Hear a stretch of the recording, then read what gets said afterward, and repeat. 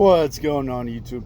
So here today, talk about the newest scandal coming out of politics. It is the new Russiagate, and it is Ukrainegate, and that is that apparently President Trump, in some sort of official capacity, talked to the president of Ukraine and asked for him to investigate allegations of corruption into Joe Biden. And this is being taken, and it is being misconstrued to be election interference.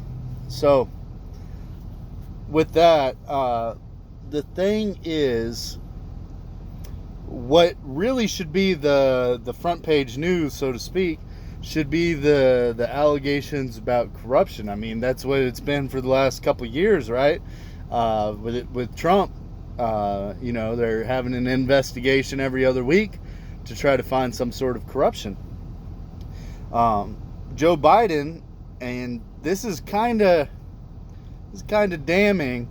Apparently, the whole deal behind it was that Joe Biden's son, right, was discharged from the military for use of cocaine, right?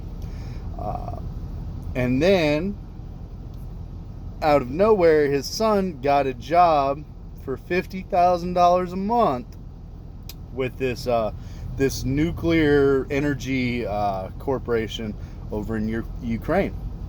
That corporation was being investigated by Ukraine's head prosecutor, like their attorney general, so to speak.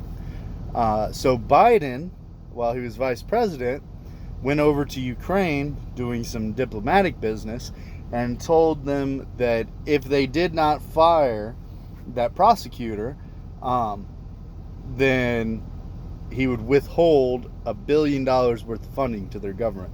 Basically, I'm not going to pay you your foreign aid unless you get rid of the guy that's investigating my son.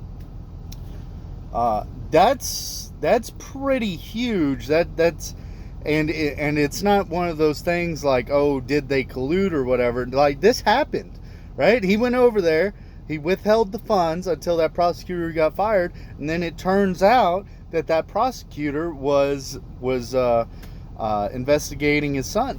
And Biden comes out with this story of, oh, well, I never talked to my son about it. I didn't know that he was making $50,000 a year or $50,000 a month at this Ukrainian company that I just happened to go delegate some business with. But so that's a little damning. And then the other thing is, who cares if he asked him to investigate? Right? The president is the top of the executive branch, right? So you have the three different branches in the government. Really, what they're supposed to be is the legislative branch, Congress. They make the laws, right?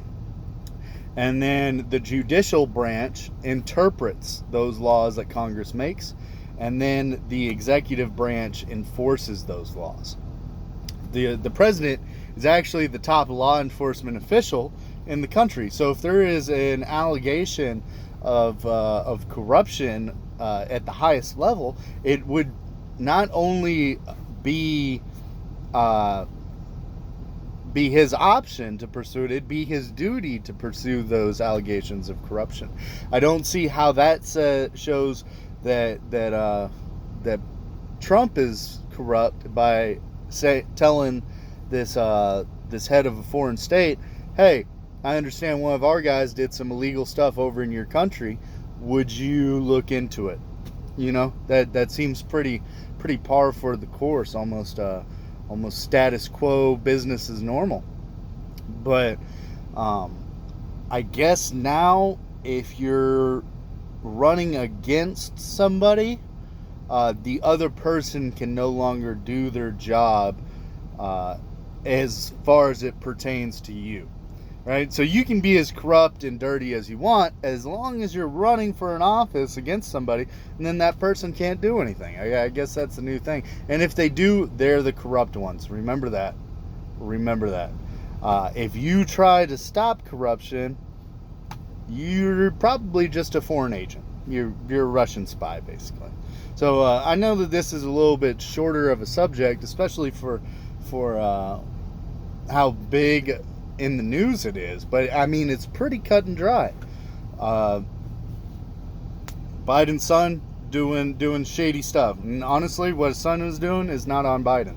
But Biden going over there and withholding funds until they fire the person that's investigating his son seems a little corrupt. Biden or Trump asked foreign head of state, hey, this guy probably did some illegal stuff in your country. Would you look into it? And then that's the story. Oh, except for the fact that the whistleblower, right, the credible source, it came out that they didn't actually hear Trump even ask that. In fact, they learned about it outside of their job. So basically, they heard a rumor around the White House, and then they went and complained, which is why it never got brought up in the first place.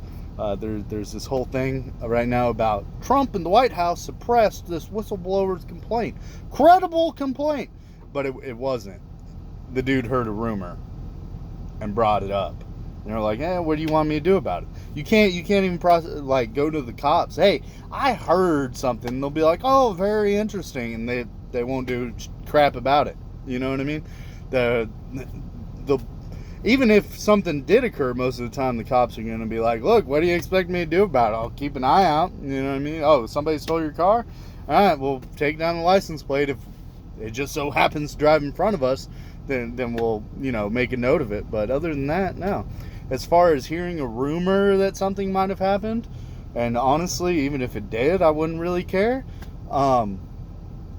It's not a credible thing. That it doesn't fall in line with the Whistleblower Act, the Intelligence Whistleblower Act, which is why it never got brought up. It wasn't being suppressed. It was never credible.